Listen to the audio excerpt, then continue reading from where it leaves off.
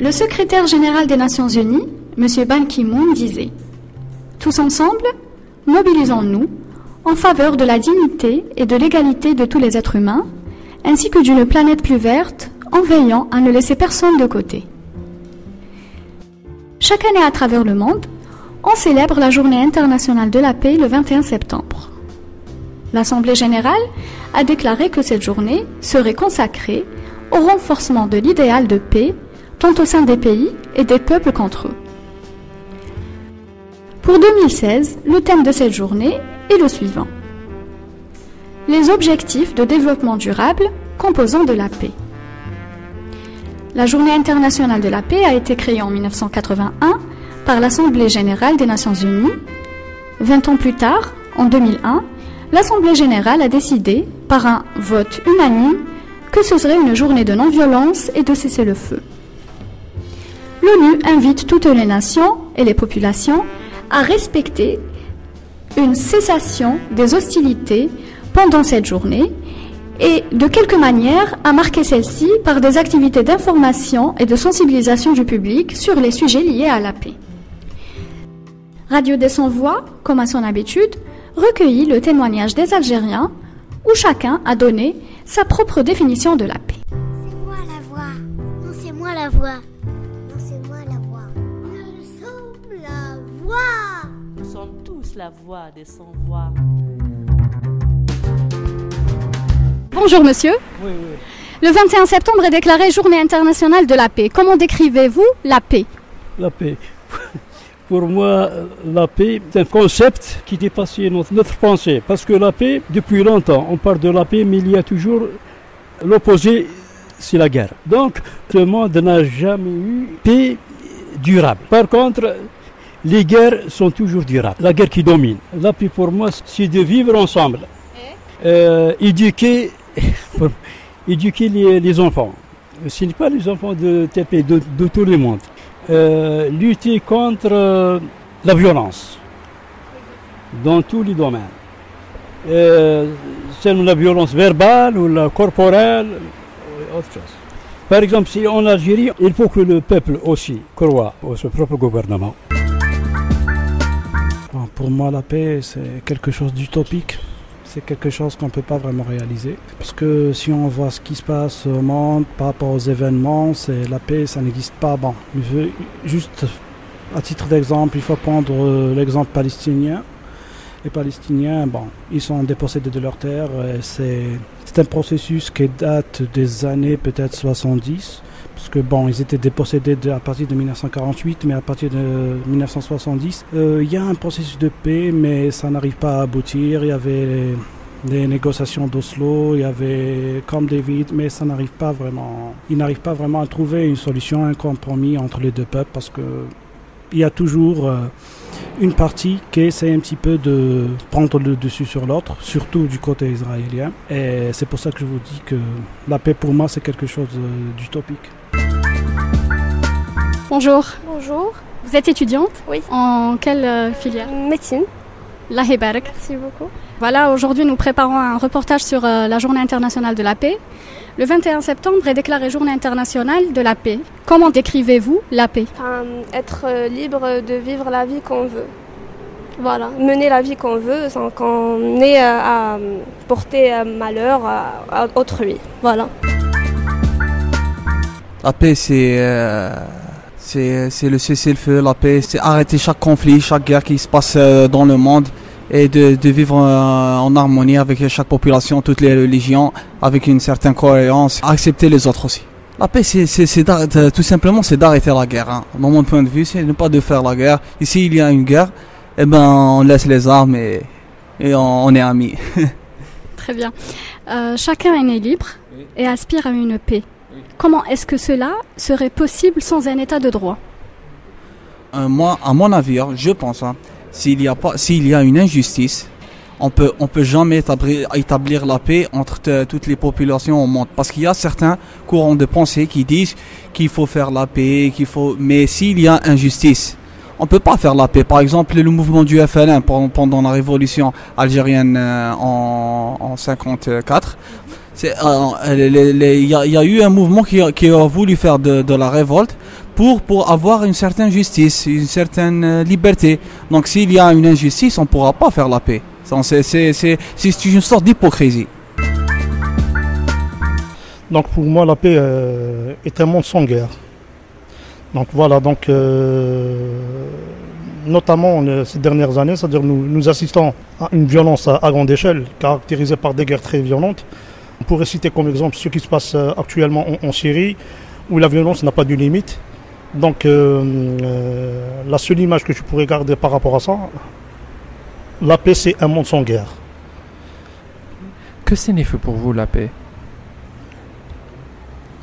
C'est de pouvoir, c'est de permettre à tout un chacun de vivre sa vie comme il entend, comme il veut, en toute liberté. C'est ça la paix pour moi. Chacun est né libre et aspire à une paix.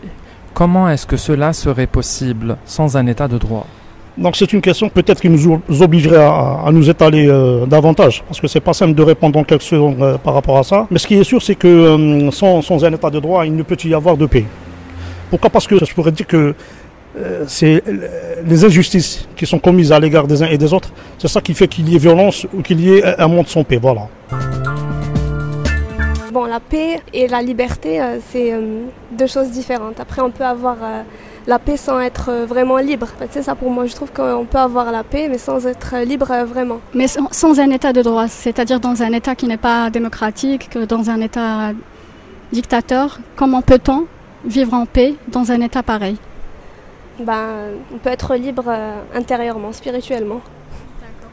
Nous vivons un terrorisme à plus grande échelle, surtout chez les pays voisins, chez les pays arabes. Que doit-on faire pour vivre en paix? Il faut avoir un niveau d'études et connaître ce qui est notre religion, la connaître vraiment, ne pas attendre d'autres personnes. Ils vont nous dicter qu'est-ce que nous devons croire. On fait des recherches nous-mêmes.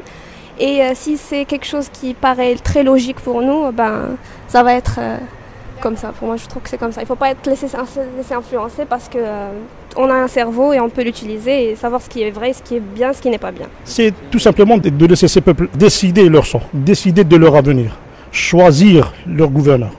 D'accord, c'est ça. Et cela ne pourrait se faire dans un climat de violence. Tout doit passer par un choix fait par les peuples eux-mêmes. Prenez New York ou Québec ou si vous voulez Montréal, c'est des villes qui vivent en harmonie. Il y a beaucoup de ce qu'on appelle de minorités qui vivent ensemble. Elles essayent un petit peu de vivre dans ce cadre, comme vous le dites, comme vous le définissez, dans ce cadre de paix. Voilà. Parce que vous avez des exemples, je l'ai cité déjà auparavant, comme exemple palestinien. C'est quelque chose qu'on vit actuellement, même dans notre pays. Peut-être il y a toujours des minorités. Si vous voulez, c'est pas des minorités par rapport à la race ou par rapport à l'ethnie, c'est pas ça.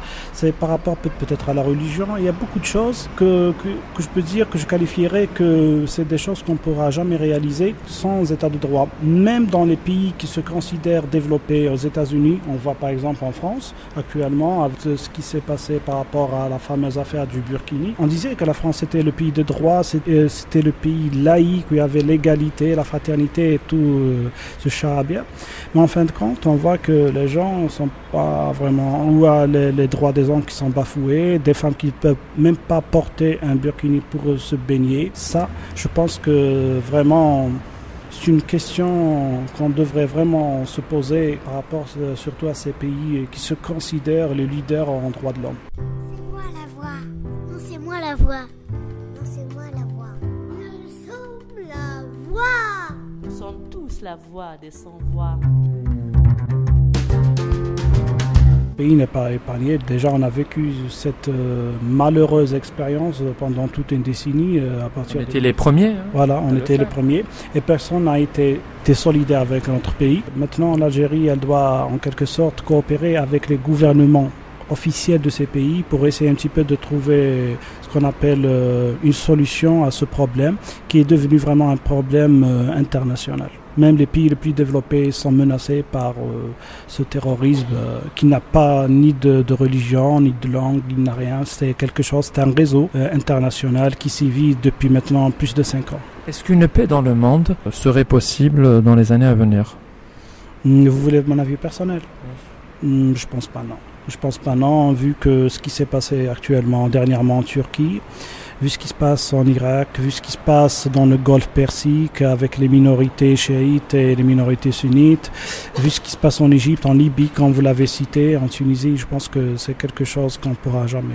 Il y a toujours une guerre de religion, il y a toujours une guerre bien sûr. De territoire. Voilà, une territoire, c'est surtout actuellement, c'est plus des guerres de religion, et c'est des guerres plutôt stratégiques, c'est par rapport aux ressources naturelles que détiennent certains pays tiers-mondistes.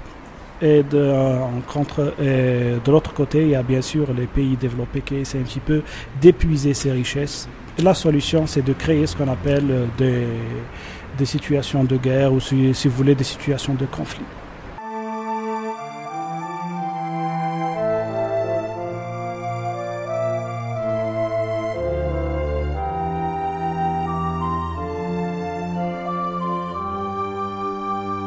Que doit-on faire pour vivre en paix, tout simplement? Non, madame, pour dire totalement la vérité, hein, à mon avis, c'est surtout ce qui se passe en France. Les attentats terroristes, Charlie Hebdo, les attentats de Nice. Moi, il y a un certain proverbe français qui dit « Ceux qui sèment le vent récoltent la tempête ». Quelque part, quand on voit les guerres qui se passent un peu dans le monde, on peut dire que les pays occidentaux, c'est eux qui ont allumé ces guerres-là. Et c'est eux qui ont alimenté et financé les mouvements rebelles, qui ont alimenté les guerres. Et ce qui se passe actuellement chez eux, en Europe, en France, ou bien en Angleterre, ou bien aux États-Unis, c'est la récolte, c'est le fruit de ce qu'ils ont semé. Pourquoi ils font ça, à votre avis? Et madame, parce que c'est des intérêts économiques, parce qu'il y a certaines industries qui marchent avec ces guerres-là. Par exemple, le marché de l'armement. Il ne faut pas oublier que les Russes sont les premiers vendeurs des armes au monde, les Américains, les Français.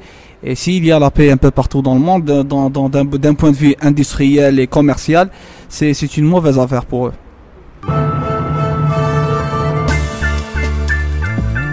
Je dirais qu'on ne peut pas rêver actuellement avec tous les problèmes que vit le monde, les crises économiques, les ressources naturelles qui s'amenuisent de plus en plus. C'est-à-dire que les intérêts des uns et des autres ne convergent pas. C'est pourquoi il ne peut y avoir de paix. Donc il y a des pays pauvres, il y a d'autres qui ont des richesses et qui ne peuvent exploiter ces richesses. Pourquoi? Parce que, étant pauvres, il y a d'autres pays qui sont très très développés sur le plan technologique, qui maîtrisent la technologie et qui ont les moyens d'exploiter non seulement leurs ressources, mais aussi les ressources d'autrui.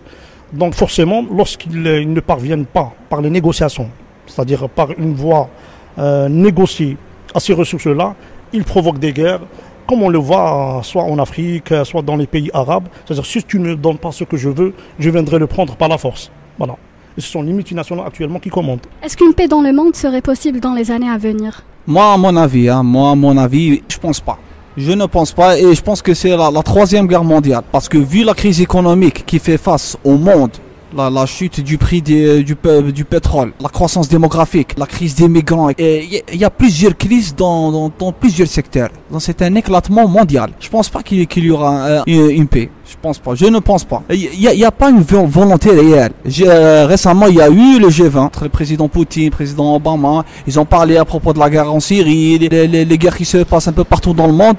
On voit qu'il n'y a pas une volonté réelle d'établir dans la paix dans le monde. Ils disent on veut faire la paix par-ci et par-là, mais réellement, concrètement, il n'y a aucune volonté d'établir la paix dans le monde.